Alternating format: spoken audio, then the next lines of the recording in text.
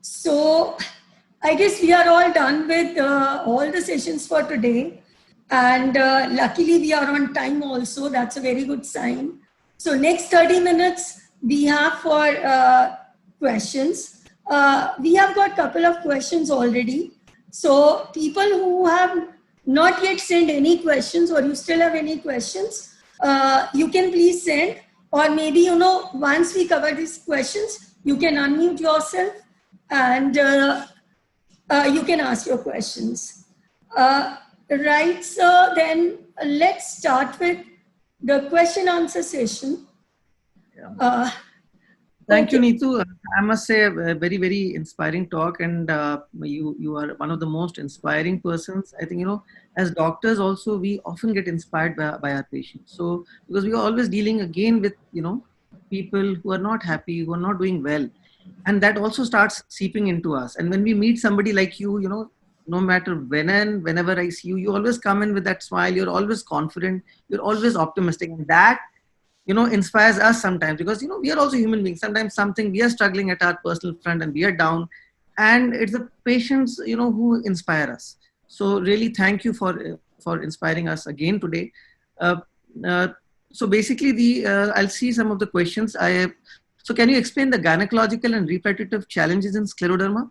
So most of the gynecological challenges that happen are that there are menstrual irregularities which can happen sometimes, and some of them can be due to the disease, but let me tell you, less often due to disease. Many a times due to the medications, they can cause either frequent cycles or less frequent cycles. Endoxin or cyclophosphamide is one of the drugs which can with time lead to loss of fertility, and that's one of the things. When it comes to pregnancy, let me tell you that scleroderma patients can become pregnant. There is a slightly increased risk of abortions, but otherwise scleroderma patients do get pregnant, and a lot of my patients of scleroderma have become pregnant. So there is absolutely nothing that stops you. The only thing is that cyclophosphamide is not to be used if one is planning for pregnancy. And there was a time when there was no other drug other than cyclophosphamide, but today we have mycophenolate, we have rituximab, we have a lot of drugs which are very, very safe. And while on these drugs and a patient is well controlled, can 100% plan for pregnancy. All my autoimmune diseases patients are young women, and they all plan pregnancy. I encourage them, and they are, a lot of them have twins, they have very successful pregnancies. So it's a myth that scleroderma patients cannot become pregnant, or there's some there's a challenge, but it's not a big thing. Can we have baby if endoxin is on? Well, of course not. Endoxin can cause infertility, but it depends on whether it's an oral dose or an IV dose. So sometimes short IV cycles of few months is doesn't cause infertility. So if you've received a very few cycles of cyclophosphamide, you can go ahead and have a baby. If you've received it for a more protracted period of time, then there are chances that there is infertility. However, you should still go and check with your gynecologist, confirm only then things. So most of the times we avoid it in people who are planning for pregnancy. In some cases, if it is mandatory, then sometimes sperm banking or ovum banking, that can be done. But even then, if you've been on it for some time, you can still plan. I can tell you patients who've been on endoxin and we think they cannot have still gone on to have. So I think it's important to still go and check yourself up. If my SCL70 report is negative, how should I interpret? Well, SCL70 is one of the many antibodies in scleroderma. It is not the only antibody. And let me tell you, there are a lot of other antibodies which we still are not able to test. So what we test is the limited ones which we know, but there are a lot many being discovered. So absence of antibody doesn't mean anything. It just tells us that SCL70 is associated with a particular phenotype of bad ILD and all that. That probably will not happen, but that's all that it means. Calcification basically in scleroderma is not because of calcium intake. It has got nothing to do with calcium. So calcification happens because once there is increased inflammation, that increased inflammation triggers the body to deposit calcium. Okay, so calcification inherently means increased inflammation or ongoing disease activity. You control the disease tightly, the calcification will get controlled. Sometimes we also give medications for calcifications. Sometimes there are a lot of medications to be treated. Now, there are two types of scleroderma. One is limited, one is diffuse. Majorly, it is categorized. So this category initially was done on the basis of skin involvement. So those who had skin involvement beyond the elbows and did not have trunk involvement, and they had below the knees, they were diagnosed as limited scleroderma. And those patients who had more involvement of arms, thighs, and trunk were diagnosed as diffuse scleroderma. But that is only the skin part. The internal organ part is different. So that now is actually dependent on the kind of antibody one has. So sometimes you may not have much of skin, but you may have lung involvement, which may be severe. Sometimes the skin may be bad and the lung may be mild or very early. So it all depends on the kind of manifestation we have, and we treat it on that. But usually people who have limited scleroderma, if their antibody is also a limited type like centromere, then their chances of evolving into diffuse scleroderma is very, very unlikely. And the chances of interstitial lung disease or lung involvement is unlikely. However, their chances of developing that hypertension of that blue artery, which I showed you, that is higher.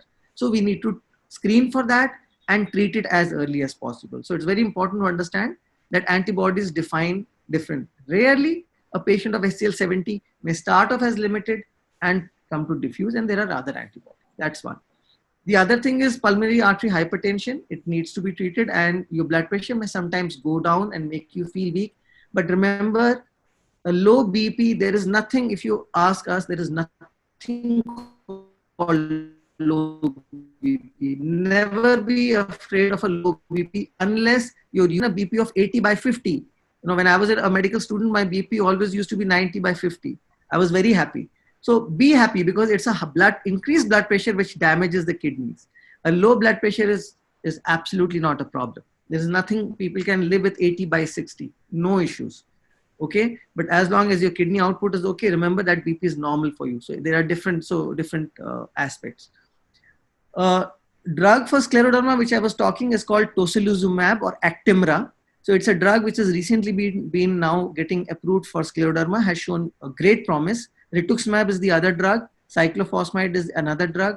Mycophenolate is another drug. So all these drugs have shown to, kind of slow down or even early cases halt the progression of scleroderma.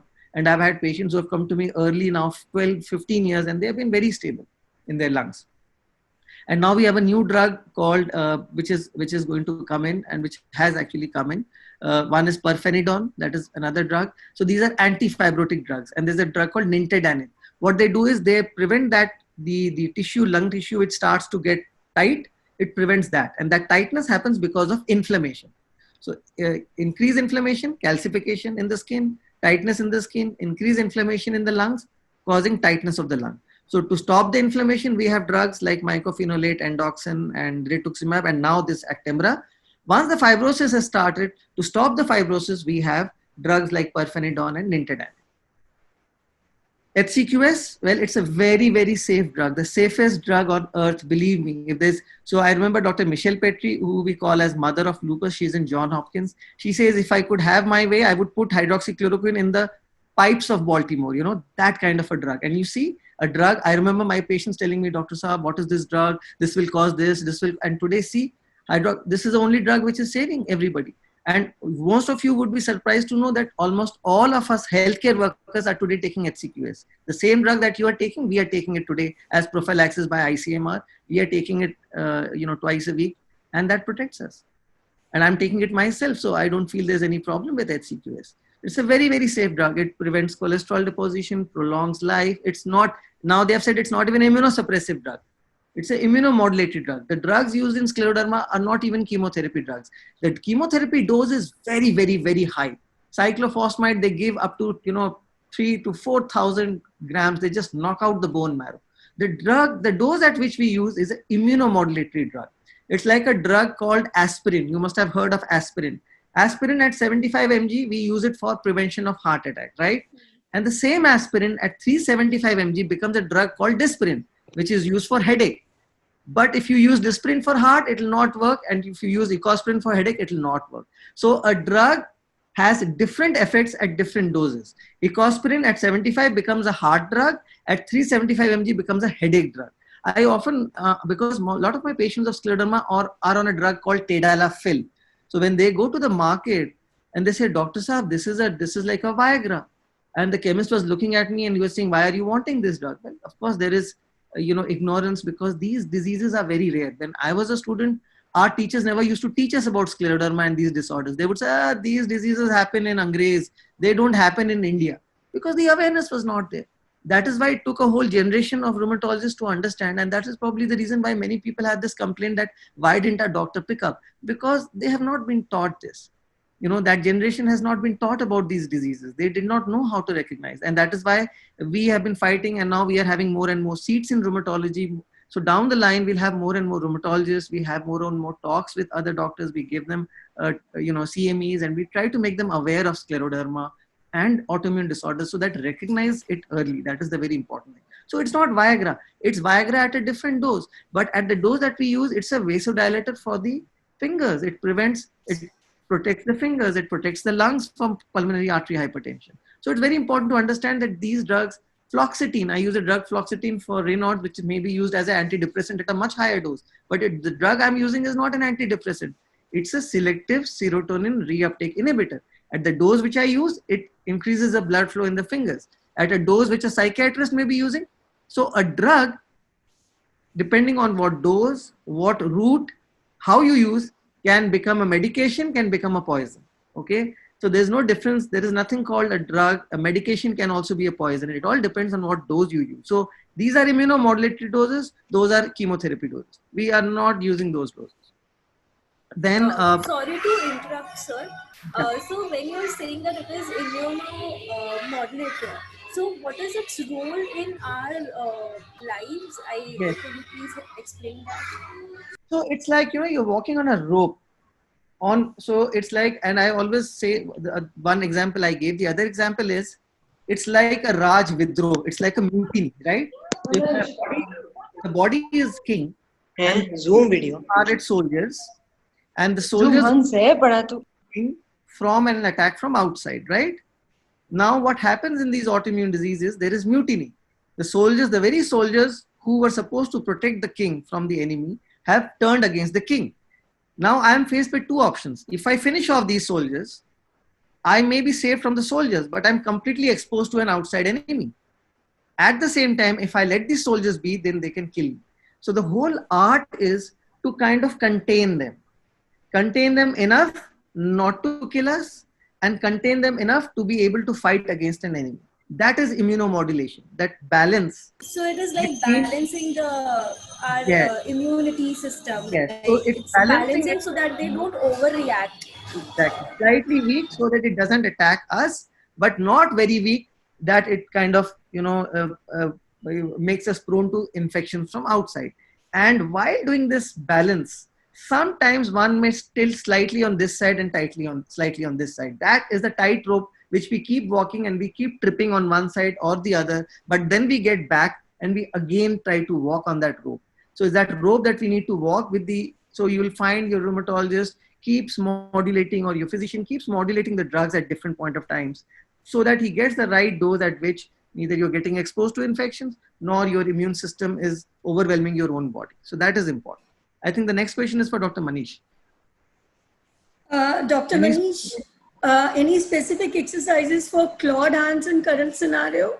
Aditi has asked this.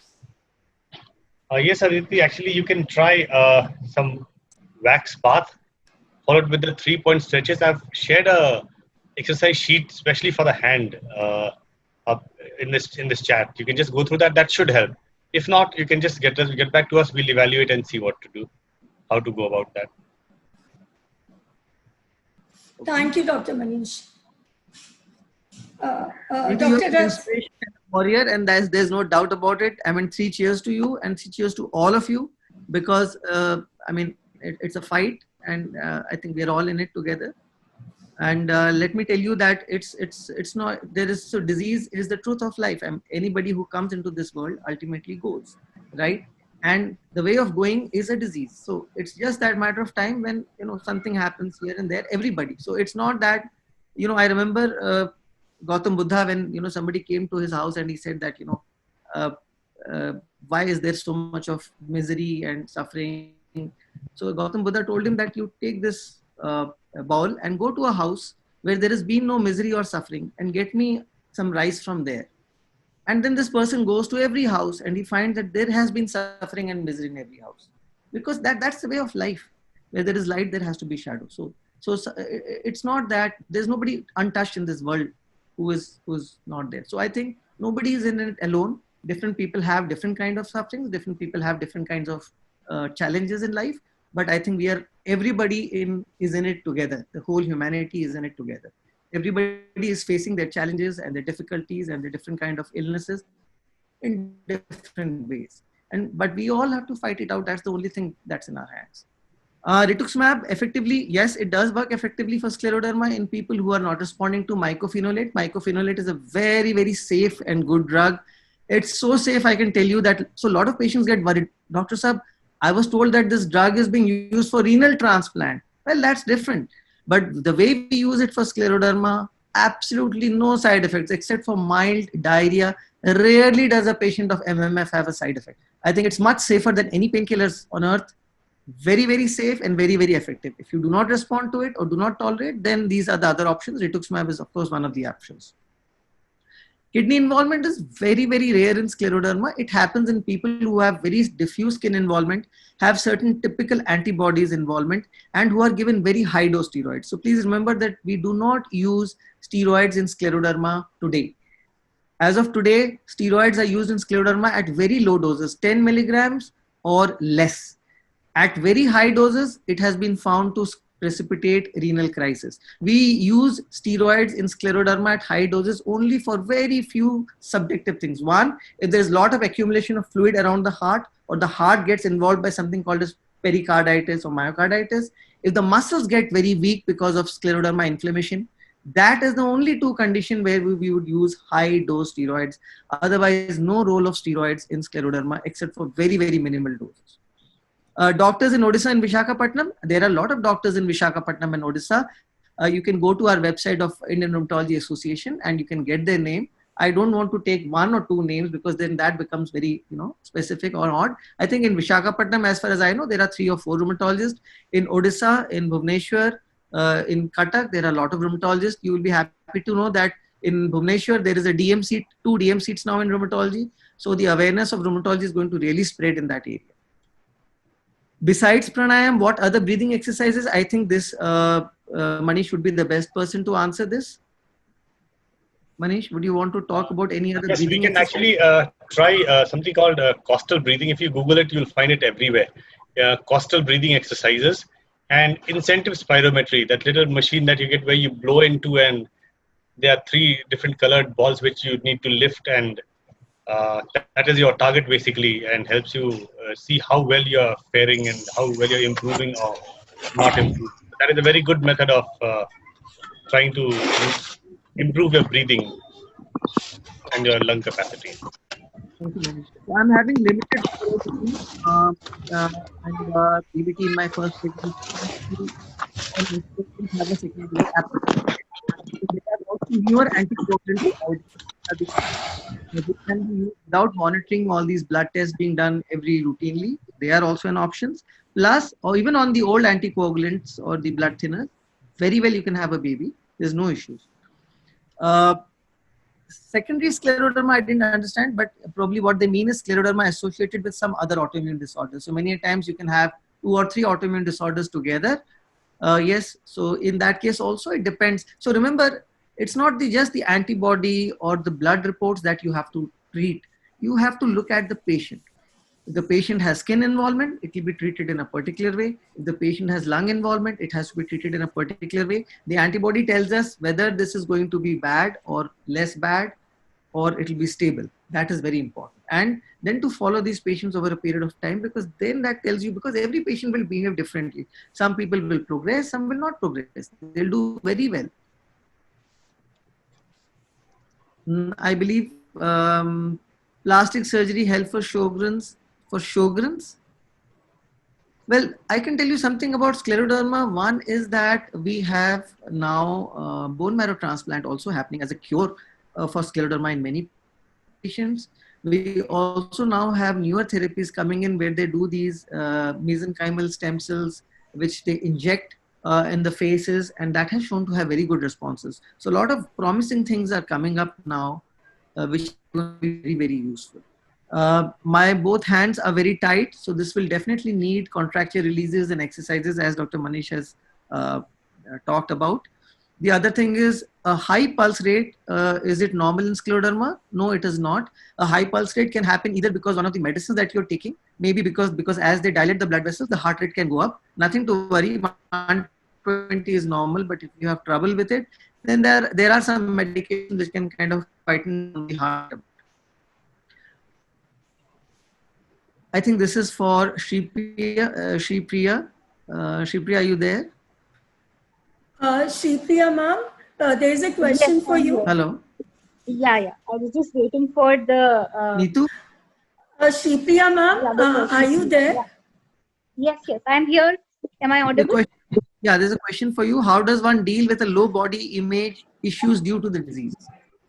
Right. I want to address that, and also the other question about anxiety and weakness, which is probably হ্যাঁ unrelated. Doctor John অଛନ୍ତି MBBS তো আমি শুনি পাইলাম না MBBS না MD দিল্লিটা Yeah. So I'll just go ahead and answer the question about body image. The body image question is more to do with how we view our body and what it is that is evoking a response, an emotional response from us.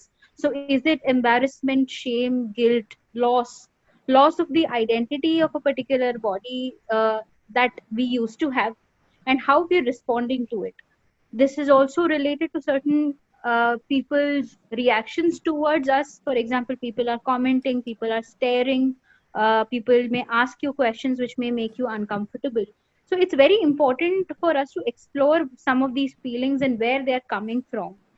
Secondly, it is also about how satisfied you feel about yourself as a person and how much of worth and value we associate with our body. So certainly, several of these experiences may be traumatic, and for us, the body does remember what it is being, put through. So it is important for us to process some of these information, and also to figure out that we cannot probably choose what is happening to the body because of the illness, but we can definitely choose how to process the way we look at our body. So in therapy, part of the things that we deal with is identity, what is a self-worth, what is a self-image, and that would really help a person to figure out what they can do to improve or work upon building a very healthy body image.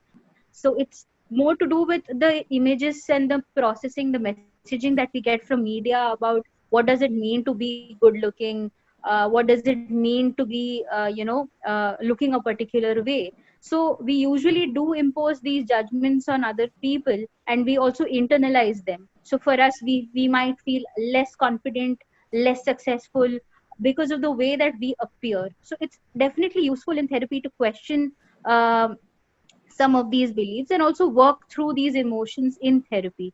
So this is a larger conversation that anybody might be willing to have with a social worker or a therapist in an individual therapy session. So that's the question about body image. The second question about weakness and anxiety is that definitely there is medication and there are psychiatrists that you can go to, but it would be very helpful to look at it from an overall health perspective about the framework in which we view stress and anxiety as coming from. Where is the anxiety coming from is a larger dialogue and conversation that is important to have, rather than just to jump to the conclusion that I am anxious and I need to lower the anxiety, so therefore I need to go to a psychiatrist and pop certain pills. So it is a very important role that medication can play in managing anxiety if it has become to a level that it is influencing your life in a very dysfunctional sort of way. It is preventing you from doing certain things and affecting you very, very negatively, then definitely a consultation with a psychiatrist is important. But to view it as a health concern is coming from a perspective that this is a byproduct of the fact that I am trying to battle this illness out, and that is genuinely creating a lot of anxiety. And maybe therapy would be more helpful as a long term solution rather than just expecting that a medicine is going to solve my anxiety issue. Thank you for the time to answer these questions, and these are very important questions. I'm available. I can leave my email ID over here in the chat box, and probably people can send in questions if they are not comfortable speaking openly about individual concerns. Thank you so much for the time. Thank you, Shri Priya. The other thing I was seeing here is, so the other myth is that, so if one has scleroderma, one can go ahead and have a child. There are no chances that the child will have the same disease. So it's not very hereditary, okay? Most of the autoimmune diseases are not very hereditary. There is a tendency, but that is almost same as the risk of diabetes in your family. If somebody in your family has diabetes, that doesn't stop you from becoming pregnant or having a child and thinking whether the child will have diabetes or not. It's very, very, very, very rare. And all of you know, because you would never be able to find a person in your family who would have had scleroderma. So it's definitely not. So I would say that, yes, you must go ahead. Awareness we are trying to create, and this is a very, very nice thing done by the Scleroderma India Foundation under Neetu, and so this is really good. We are also trying it from the Indian Rheumatology Association point of view. We are trying to create more awareness amongst physicians, amongst patients. The first fight that we have had is creating more seats, because there were not many seats in rheumatology. Now we are having more and more teaching institutes. In my institute also, we have started one DNB student training in rheumatology. So step by step, we'll move to more and more awareness. Also, the non-rheumatologists, we are trying to make them aware about this disease, so that all those mistakes that have happened because of which people have not been diagnosed earlier should not happen, at least in the future. That is very important. CellCept is safe. You can take it. 4 years is okay, because studies have shown that it should be taken at least for minimum 5 years, because it's at least required for 5 years. And once a person is stable and the skin has been stable for 5 years, or the lungs have been stable for 5 years, probably then one can think of stopping. So a lot of the patients of scleroderma after 5 years are probably not on MMF or mycophenolate. Dry eyes can be a problem, not from scleroderma, but another autoimmune disease known as Sjogren's, which can affect dryness of eyes. And that again has to be addressed. Now, another very important thing is, many times, because these autoimmune disorders affect different organs, so it's quite possible that a person gets picked up or being treated by a pulmonologist. It's absolutely fine, because remember, it's the dominant organ which needs to be treated. So if you have a predominant lung disease and you're under a pulmonologist, or under you have a skin disease, so as long as the person treating you is aware of what he's treating, is up to date with the latest, that is the most important thing. If that is he's doing it properly, it doesn't matter. A good pulmonologist and a good rheumatologist, they would both treat the same way. There would be no difference in opinion.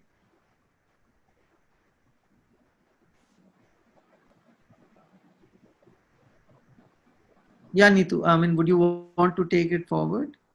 Sir, there are one or two more questions, and there are one or two more people who actually want to speak. Yeah. We should allow them to speak. Yeah. Yes, please.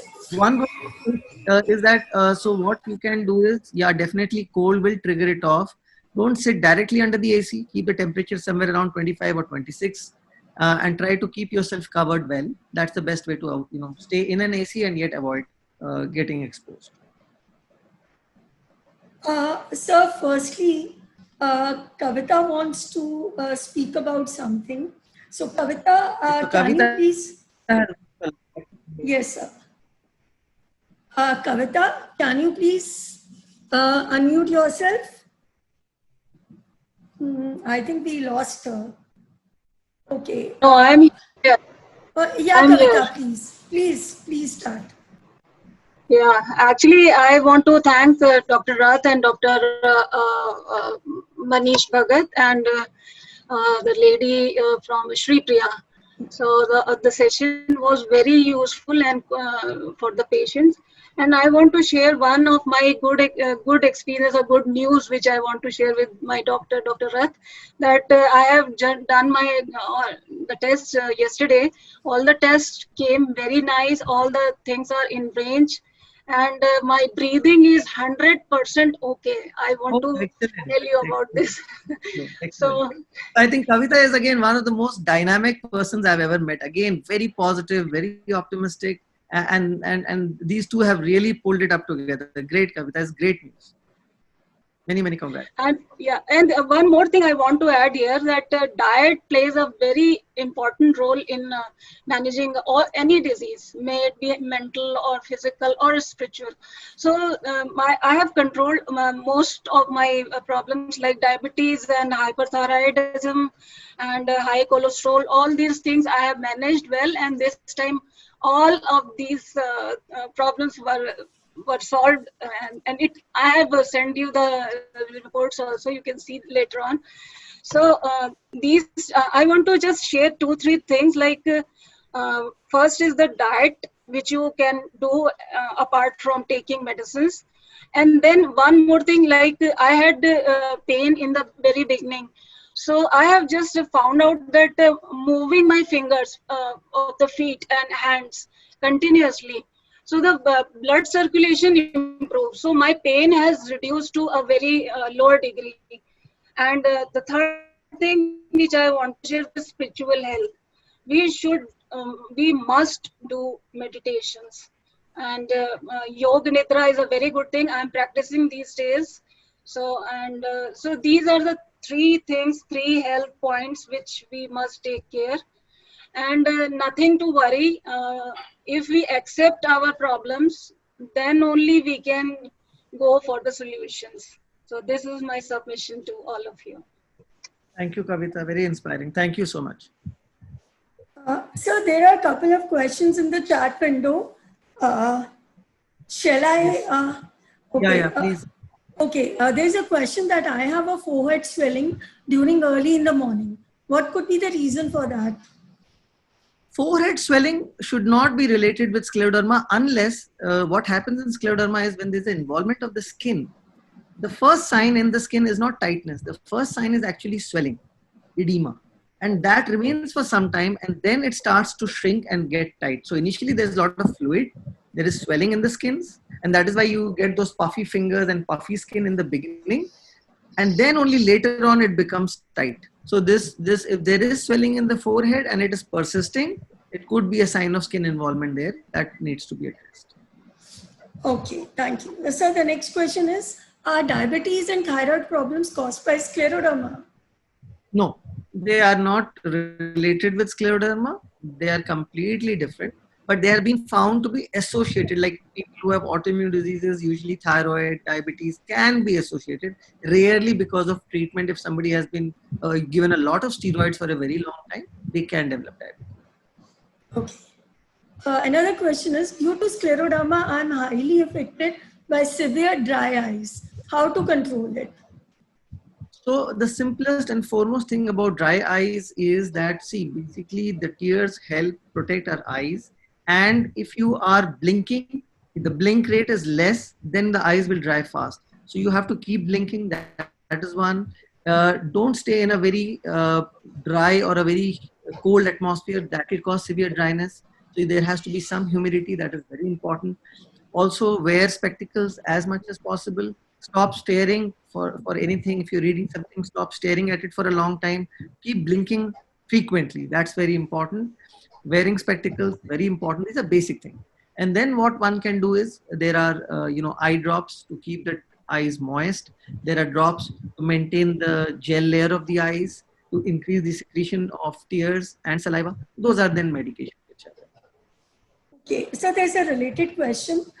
Is dry eyes a sign of progression of scleroderma?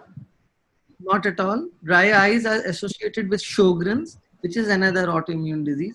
And I told you many times, these autoimmune diseases can happen together. So people who have scleroderma have dry eyes because of Sjogren's. People who have rheumatoid can have dry eyes because of Sjogren's. Dry eyes can also happen in diabetes who don't have scleroderma or any other autoimmune disease. Even they can have dry eyes. Okay. So another question is, should we use spirometer without pulmonologist knowing about it on our own? No, so incentive spirometry is different.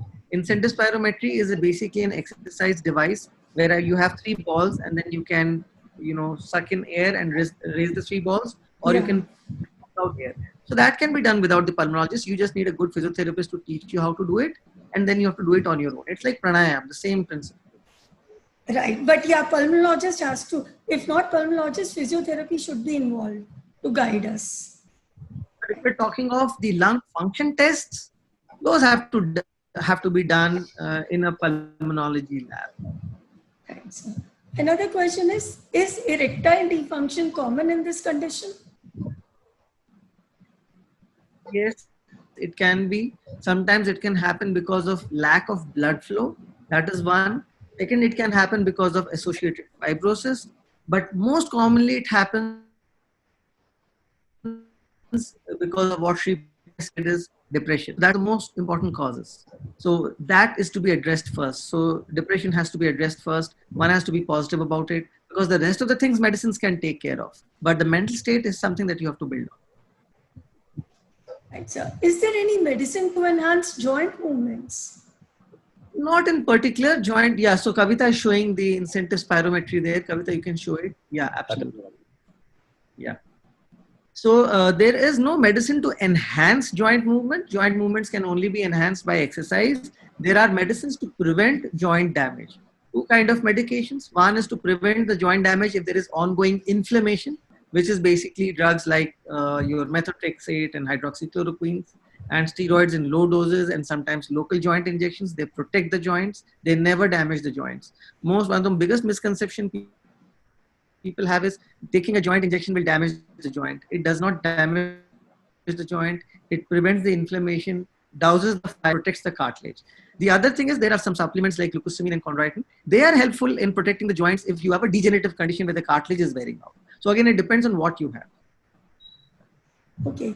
So this is a very peculiar question. When I start exercising, then after 2 minutes, my hand color changes to purple. But after some time, it again changes back to normal. Is it? So what is happening? Yes. Yeah. What is happening is the Raynaud's is getting triggered by the exercise. So you'll have to change the kind of exercise that you're doing. That is important. So this is very important. So this is Raynaud's in the fingers, which is getting triggered by this particular exercise. You'll have to change that exercise. Okay. Can a person have both multiple sclerosis and systemic sclerosis? No. You 99% no. Very rare. I mean, again, in nature, there are no rules. Maybe one and very, very rare. But no, there are two different diseases. So a lot of people get confused. So many times we get a lot of people with multiple sclerosis, which is a completely neurological disease. And they come to us, Dr. Saab, I heard you're treating multiple sclerosis. And I say, no. It treats systemic sclerosis and vice versa.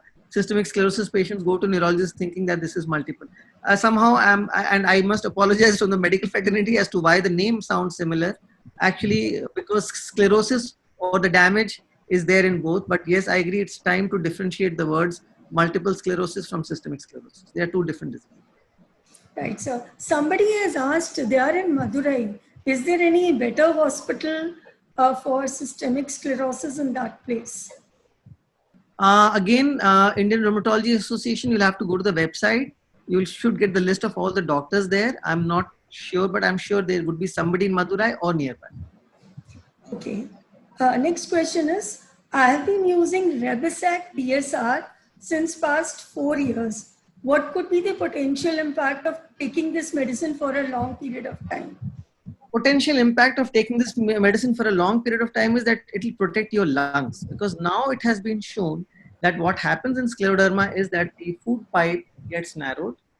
There is reflux of the acid, and these small acid refluxes, small micro drops of acid, especially when we are sleeping, they go into our lungs and they damage the lungs. So it's very important for all scleroderma patients to have some kind of proton pump inhibitor or antacid or anti-acid drug like Rebisac DSR, which contains rabeprazole, which reduces the acidity of the stomach, and DSR or domperidone, which increases the motility so that the food gets propelled downwards. It has been shown to prevent the lung disease. And also it's very important, as Neetu said, have frequent meals, less, so that you don't take a lot of meal together so that it doesn't reflux back. While sleeping, try to raise the head end of the bed. And the best thing is not to raise the pillow, but put some extra, eat or something on the lower end of the bed. So the head end of the bed is elevated, because it's very, very clear now that these micro acids cause lung disease, cause progression of lung disease. Okay, so there's a user who wants to speak. So, the name is Pocophone. Yes, please, yes. Yeah. Hi, Neetu. I'm Dr. Gayatri. Okay. And yeah, and thank you for a wonderful talk by you, very inspiring, and even Dr. Rath and all the other speakers. I just wanted to share 2 minutes my own experience because I suffer from secondary scleroderma because my scleroderma was secondary to my primary disease, that is multiple myeloma. So I suffered from multiple myeloma. I was diagnosed in 2001, and I've had 6 cycles of chemotherapy. Then I've had 2 bone marrow transplants, an autologous and an allogeneic. And post by allogenic transplant, as a result of the graft versus host disease, I developed scleroderma, hypothyroidism, and when I presented to the doctor, my lungs were in a very bad shape. So the doctors had said to me that, you know, within 6 months, your lungs will be, your interstitial fibrosis is going to really trouble you very high. But at that time, I started doing very seriously pranayama. I was bedridden that time because of my cancer. I had a non-union of my tibia, that is the left leg bone. So I was bedridden, and the cancer had relapsed in spite of my 2 transplants. So when I had this GVHD and scleroderma, so because of the scleroderma, what happened was there was a plate fitted in my leg. The tightness became so much that that plate also broke. So, and they could not operate because the skin was so taut. They said that we can't operate on your leg. So I continued living like that. But my lung capacity within 6 months to 8 months increased because of pranayama. Although my limbs became, my skin condition became quite bad. I had clawing of the hands and a lot of face changes and scleroderma, along with side effects of my other, because of the cancer, I had very severe peripheral neuropathy. What I'm trying to say is that in spite of all this, today, 20 years, 15 years down the line after scleroderma, I am not on any medication for scleroderma. My scleroderma still troubles me, but my doctors say it is the scleroderma that is keeping me alive, because this is what is helping the cancer also under control. You know, it is keeping the cancer also under control, but it is going to trouble me to a certain extent. So I'm just trying to present a view that how I have to live with this scleroderma, and have to hope that some amount of this remains with me so that my cancer remains at bay. I do have lung problems even now, but I'm very regular with yoga and meditation and pranayama. And I would urge all the people on the group, I mean, you all are such wonderful fighters, all of you, that you must, you know, the doctors are doing their best. They're giving us all the medication that is required. But apart from that, our will to live has to be very strong. You know, it has to be stronger than your disease. The disease has its own will, but your own willpower has to be stronger so that you can fight this disease. You know, you can fight your scleroderma. So that's what I just wanted to share this experience with everybody, that imagine something like secondary scleroderma can also occur. Yeah. Yes, very, very, very important. So actually, this is the irony between you know, the cancers and the autoimmune disease. So you see, what happens in cancer is it's one flip side of the autoimmune disease. So in cancer, what happens is, again, the tumors, they evade the immune system. So, you know, body is made in such a way that we have a surveillance going on. So if there's any kind of abnormal cell coming up, the body destroys it. But when these abnormal cells, these terrorists, these tumor cells, they come up, they evade the immune system, and they have mechanisms of evading the immune system. So when we give some of these immunotherapy drugs, or sometimes a bone marrow transplants, what happens is that the immune system goes into overdrive. When it goes into overdrive, it definitely kills the tumor cells, but it also starts affecting the body. Yes. And that's why you develop these kind of autoimmune diseases. And here, the development of an autoimmune disease actually means that your immune system is on an overdrive and your cancer is under control. So that probably is one of the reasons. Sometimes you can get scleroderma because of many other things. So sometimes some toxins can cause scleroderma. Sometimes malignancies, like you said, multiple myeloma, POEM syndrome, that can cause. Sometimes certain biochemical. So there are a lot of secondary sclerodermas which can also be, you know, which can also be there. So absolutely wonderful and great to know that she's been a winner, again, one of the winners. Yeah. It's been a long journey, but yes, still there. Thank you, Gayatri ji, for sharing your experience today. Dr. Rath, there are 3 or 4 more questions. Would you like to take that? Yeah, absolutely. Okay, so a Sjogren's patient has asked that eyes are dry and there is high power in the eyes also. So any eye drop you would suggest? Well, I'm not the ophthalmologist. I would definitely recommend them to an ophthalmologist because they have eye drops for lubrications. They have eye drops as medications, and they can really help in controlling the dry eyes. Simple things which I told you is frequent blinking and avoid staring into computer screens, wearing spectacles, and avoiding direct, dryness like any blowers. They can cause dryness in winters, or fans. They can cause dryness in the eyes. That is very important thing. But should meet an ophthalmologist. I don't think I should comment on the eye drops. Right, sir. Another question is, a person has undergone knee surgery 6 months back due to an accident. Her skin near stitches is still very stiff. Is it still because of scleroderma or is it a normal? In scleroderma, what happens is that the skin will not heal the way it would heal in a normal person. And that is why surgeries are often very difficult on scleroderma skin. So definitely the stitches may take a long time to heal. That is definitely one of the problems, but they should heal eventually. Sometimes the skin is very, very friable. In that case, it may be more difficult. Okay. So there's a question. Can the NSIP pattern of fibrosis change to honeycomb pattern? Does that mean the lung disease is progressing? Sheetal's mother has had scleroderma for 35 years, but no breathlessness. Right. So Sheetal, it's like NSIP basically means there is inflammation in the lungs or fire in the lungs. And fibrosis basically means that there is damage now because of that fire, there is fibrosis in the lungs. So there are 2 different kind of things. So it doesn't depend only on the fact that you have either NSIP or honeycombing. It depends on whether it's progressive or non-progressive.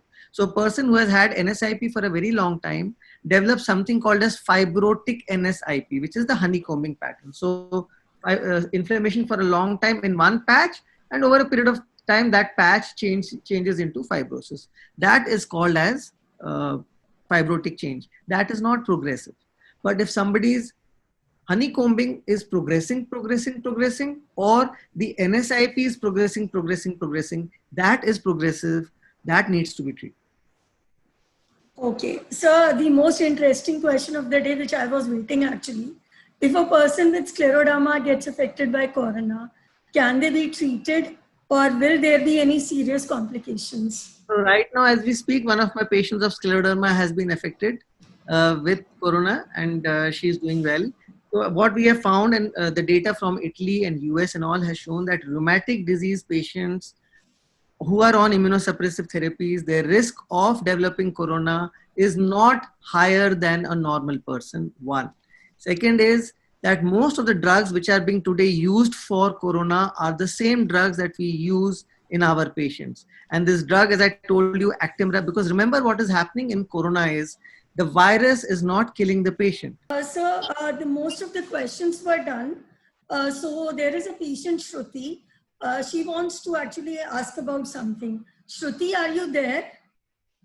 Yes, I am here. So I have 2 questions.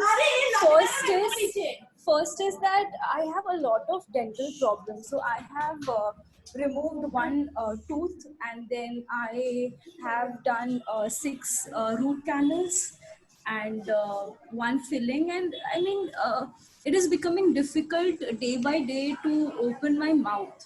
So I am very anxious about how am I going to keep my teeth in health in future. And most of the dentists have asked me that, are you on medication since childhood? Because I have black tongue. So I have black spots on my tongue, and my teeth, almost all my teeth are some or the other way affected. So Shruti, one is that black tongue has nothing to do with this. About the pain part, so most of the times people who have scleroderma develop secondary Sjogren. Like you have secondary scleroderma, you have secondary Sjogren. And this can lead to a defective quality of saliva in the mouth, which will not lead to direct dryness of mouth, but indirectly it will lead to multiple caries.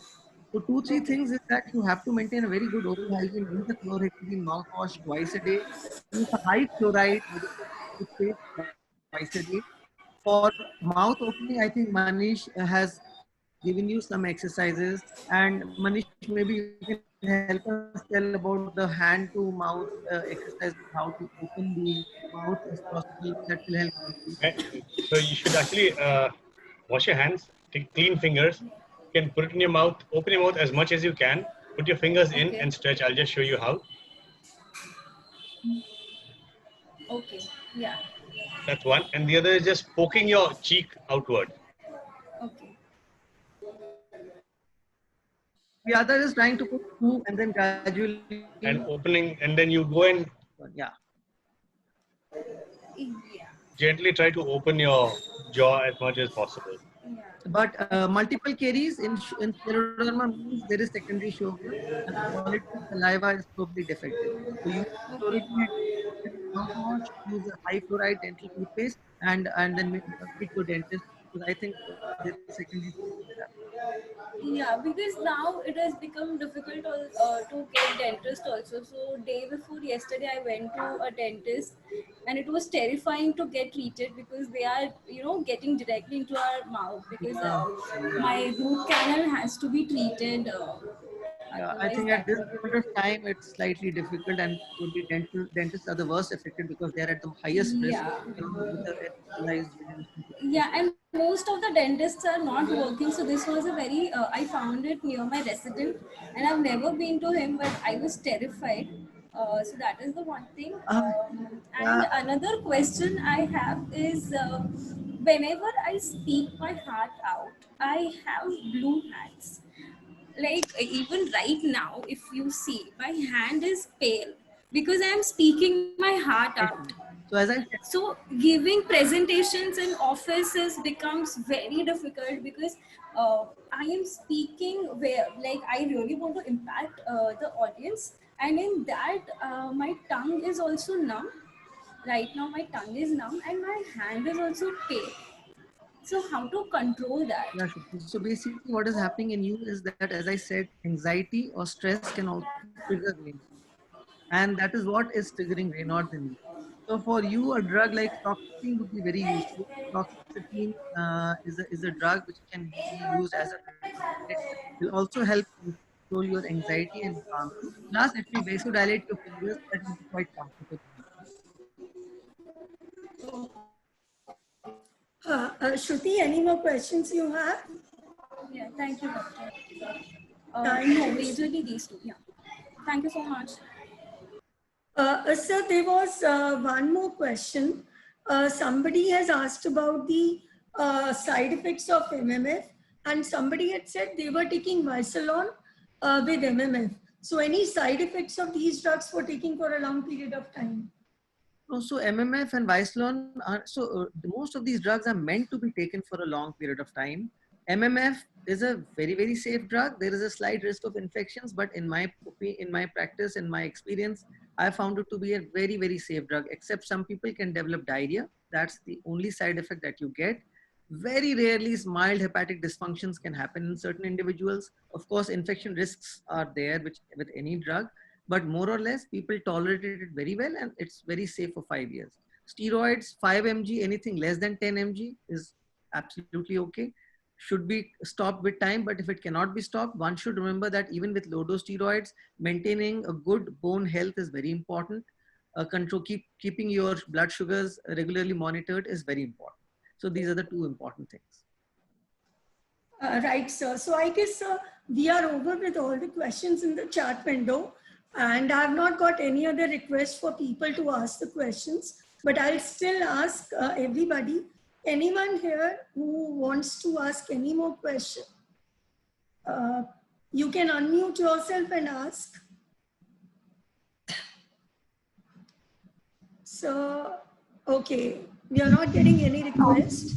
Yes, yes. This is Ramya. Yes, Ramya, please. Ramya question. My question is that my roommate said that I cannot, I may there are chances that I may pass the disease to my child. Okay, and he asked that you can adopt rather than to get conceived. Okay, No, no, and that's now I don't. There's, Dr. Ratan is strongly saying that it is okay, it is go, that there is no assurance for transmitting the disease to the child. Okay, why all the rumor of India are not on the same page? I mean, I I'm really worried don't know about about it. this, but I think for this you should go and look into the evidence and read about scleroderma and pregnancy in scleroderma. I think that's the best way to do it. Uh, See, what he might have meant is sometimes, you say something and you mean something. What he meant is that nobody can give 100% assurance that the child will not suffer from an autoimmune disease. Because we know that first degree relatives of people who have autoimmune disease may be at a higher risk of autoimmune disease. So sometimes that may be one of the ways of saying it. But you can see for yourself how many patients or how many people in your family would have had scleroderma. So I probably till now have not seen, but it may not be, as I said, there's no rule in nature. Nature doesn't follow any rules. But by and large, most of the people who have scleroderma give birth to normal children. The children don't suffer from scleroderma. But there can be a rare case, one in a million that can happen, where, and there can be certain families where scleroderma can be prevalent and they can have. So that's the other thing. So there is no clear this way or that way, but one thing is for sure, it should not deter you from having children. And I'm sure a lot of people here in this forum and scleroderma patients would tell you that they've had kids and they've had normal kids.